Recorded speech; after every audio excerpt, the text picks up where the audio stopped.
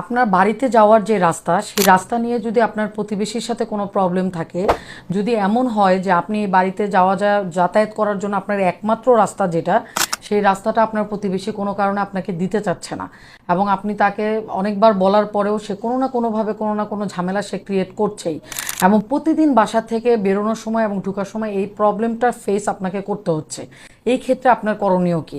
শুরুতে অবশ্যই একটা সমাধানের রাস্তায় আসবেন। সেটা হচ্ছে এলাকার মুরব্বী বা গণ্যমান্য চেয়ারম্যান মেম্বার যারা থাকে তাদেরকে নিয়ে আপনি অবশ্যই এই সমস্যাটা সমাধান করার চেষ্টা করবেন। যদি কোনো কারণে এরকম হয় যে না, এতেও কোনো কাজ হচ্ছে না, তাহলে অবশ্যই আপনাকে থানাতে জানাতে হবে। থানায় আপনি একটা জিডি করে পুলিশের সাহায্যে আপনি এই জিনিসটার প্রবলেম সলভ করতে পারেন।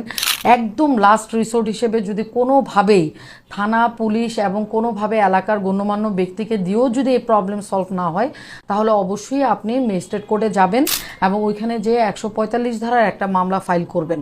এবং আমরা নর্মালি যেটা বলে থাকি যে আপনি যখন একটা জায়গায় বসবাস করবেন, আপনার যাতায়াতের যে রাস্তাটা, এটা কিন্তু আপনার ইজমেন্ট রাইট, এটা কিন্তু আপনার একটা সাংবিধানিক রাইট। এই রাইটটা কিন্তু আপনি পাওয়ার হকদার, কারণ আপনি তো আপনার বাড়িতে রাস্তা ছাড়া যেতে পারবেন না।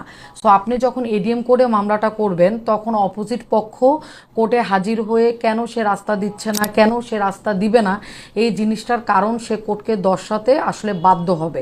তখনই এটার একটা সলিউশন